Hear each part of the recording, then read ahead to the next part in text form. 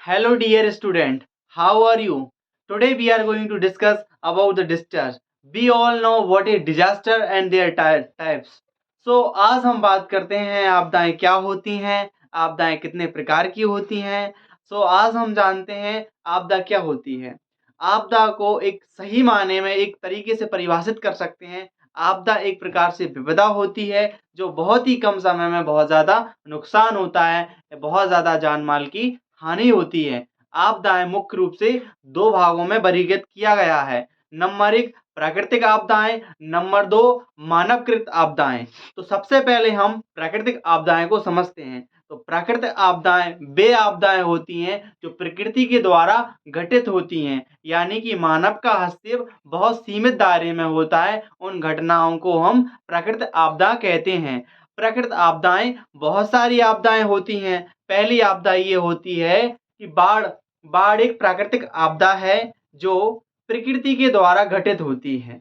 तो बाढ़ के आने के कारण को हम समझते हैं। बाढ़ का आने का मुख्य कारण ये है कि बहुत तेज अत्यधिक बारिश होगी तो भी बाढ़ आ सकती है। यदि बादल का फटना यानी कि बारिश अत्यधिक होना, यानी कि और हम जानते हैं दूसरा कारण बड़े-बड़े डैम्स होते हैं, यानी कि नियाग्रा फॉल्स जाने, ये एक चक्र वो क्या है हमारा एक जलप्रपात है। और बड़े-बड़े डैम्स हैं, उन डैमों के फटने से भी जो निचले क्षेत्र के इलाके रहते हैं वहाँ पर बाढ़ आ जाती है। अब हम बात करते हैं बाढ़ से निपटने के क्या उपाय हैं। बाढ़ से निपटने के लिए हम सबको चाहिए कि यदि जो नदियाँ हैं, नदियों में पानी भरने की यानी उनकी क्षमता है, क्षमता से अधिक हो जाती है तो निचले इलाकों में पानी भर जाता है। हमें चाहिए कि यहाँ पे उनके बाँधों का निर्माण करना, बाँधों को अच्छे तरीके से अच्छी मरम्मत तरीके से वहाँ उनका निर्माण करेंगे। और हम क्या करेंगे, एक जागरूकता फैलाएँगे कि लोगों को बीच में कभी भी कोई आपदाएँ आती हैं तो बहुत ही आसानी तरीके से हम उसको हैंडल कर सकते हैं। अब हम बात करते हैं भूकंप।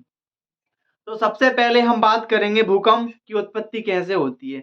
हमारी पृथ्वी है और पृथ्वी के अंदर यदि प्रेशर बढ़ने लगता है यानी दबाव बढ़ने लगता है तो हमारी पृथ्वी में क्या होने लगता है, हलचल होने लगता है। इसी को क्या कहते हैं, हम भूकंप कहते हैं। हमारे भारत देश में भूकंप बहुत ही कम देखने को मिलता है। भारत देश के अलावा यदि हम जापान के कई क्षेत्रों में देखें तो वहाँ पे आए दिन भूकंप आते रहते हैं। तो भूकंप से बहुत ज़्यादा नुकसान होता है। लेकिन जापान जैसे देश, एक विकसित देश, वहाँ की जो जो भी नुकसान होता है उसको बहुत ही कम समय में उसको रिन्यू कर लेते हैं, यानी कि जैसा का तैसा कर लेते हैं। लेकिन हमारे देश में ऐसा बहुत कम समय में हो पाता है। अब हम बात करते हैं सुनामी। सुनामी एक समुद्र के अंदर बहुत ऊँची लहरें उत्पन्न होती हैं। उन उन लहरें क्या है कि तटीय क्षेत्र है, यानी कि जो तटीय इलाके रहते हैं समुद्र के, वहाँ पर वो चली जाती हैं और अंदर बहुत ज़्यादा तबाही मचा देती हैं। 2004 के दशक में हमारे भारत और जो इंडोनेशिया, यहाँ के जो मालदीव्स थे, तो इतनी ज़्यादा सुनामी आई थी तो उससे बहुत ज़्यादा नुकसान हुआ था, बहुत ज़्यादा जान-माल की हानि हुई थी। तो सुनामी यानी कि कोई भी प्राकृतिक आपदा हो, उनसे हमें बहुत ज़्यादा नुकसान देखने को मिलता है। इन आपदाओं को रोका नहीं जा सकता, लेकिन कुछ नियम और कुछ नियम के रूप में हम क्या उसको इनको कंट्रोल कर सकते हैं। सिर्फ़ इनको क्या कर सकते हैं, कंट्रोल कर सकते हैं, यानी कि इनके प्रभाव को कम किया जा सकता है और इनको बिल्कुल तरीके से नहीं रोका जा सकता। अब बात करते हैं मानवकृत आपदाएँ क्या होती हैं? तो मानवकृत आपदाएँ जो होती हैं, वो क्या होती हैं? वो होती हैं, वे आपदाएँ होती हैं जो मानव के द्वारा घटित होती हैं, यानी कि इसमें प्रकृति का हस्तक्षेप होता ही नहीं है। इसमें किसका हस्तक्षेप होता है? मानवों का होता है, यानी हम सबका होता है। तो ऐसी घटनाओं को हम क्या कहते हैं? मानवकृत आपदाएँ कहते हैं। तो हम समझते हैं मानवकृत आपदाएँ वो आपदाएँ होती हैं जो मानव के द्वारा घटित होती हैं। हम बात करते हैं रेल दुर्घटना, जो अभी-अभी हमें जो दुर्घटना हुई थी, उसमें बहुत ज़्यादा नुकसान हुआ, सरकारी संपत्ति का नुकसान हुआ।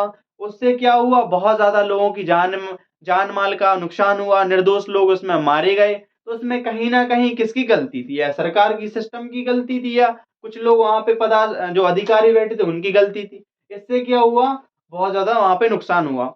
अब हम बात करते हैं सड़क दुर्घटना। ये एक बहुत ज़्यादा हाल ही के मुद्दों में हम बात करें तो जनसंख्या वृद्धि तेजी से हो रही है और ट्रांसपोर्टेशन का भी काम चल रहा है। इससे क्या है कि आए दिन सड़क दुर्घटना देखने को मिलती हैं। तो कभी कभी तो बड़ी दुर्घटना हो जाती है, जिससे कई लोगों की जानें चली जाती है। ये भी बहुत बड़ी एक घटना है।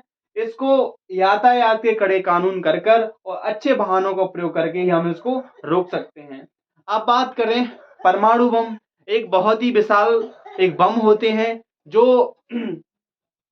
अमेरिका देश ने विश्व युद्ध का दौर चल रहा था। उस विश्व युद्ध के दौर पर अमेरिका ने जो परमाणु बम था वो कहाँ पे, जापान के नागासाकी और हिरोशिमा में 1946 के दशक में गिराए थे।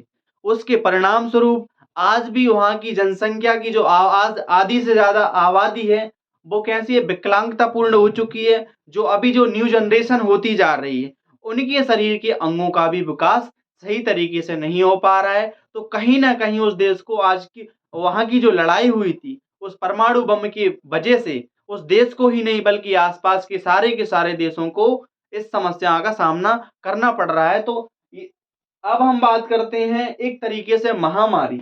हम सब ने महामारी को अच्छे तरीके से जानते हैं और एक देश में ही नहीं बल्कि पूरे देश में, यानी कि सारे के सारे देश होते हैं उन सब में ये महामारी फैल जाती है, जिससे सारे देशों को नुकसान होता है। और सारे के सारे देश यदि इसमें संगठित होकर और नियमों का पालन नहीं करते हैं तो इस महामारी से हम निपट नहीं सकते हैं। आज के टाइम पर 2020 में जो कोरोना आया था, कोविड-19 कहा गया, चीन के वुहान शहर से आया। इसने सारे के सारे देशों में तबाही मचाई। सारे के सारे देश इस कोविड-19 के प्रभाव को समझे और सारे के सारे देशों ने इस नियम और कानून अपनाए, तब जाके हमारे देश में इस महामारी से लड़के इसको रोका गया। तो आज की वीडियो में हमने सारे के सारे आपदाओं के बारे में पढ़ा। यदि इस वीडियो को अच्छी लगे लाइक करें, शेयर करें, सब्सक्राइब करें। तो मिलते हैं नेक्स्ट वीडियो में। Thank you.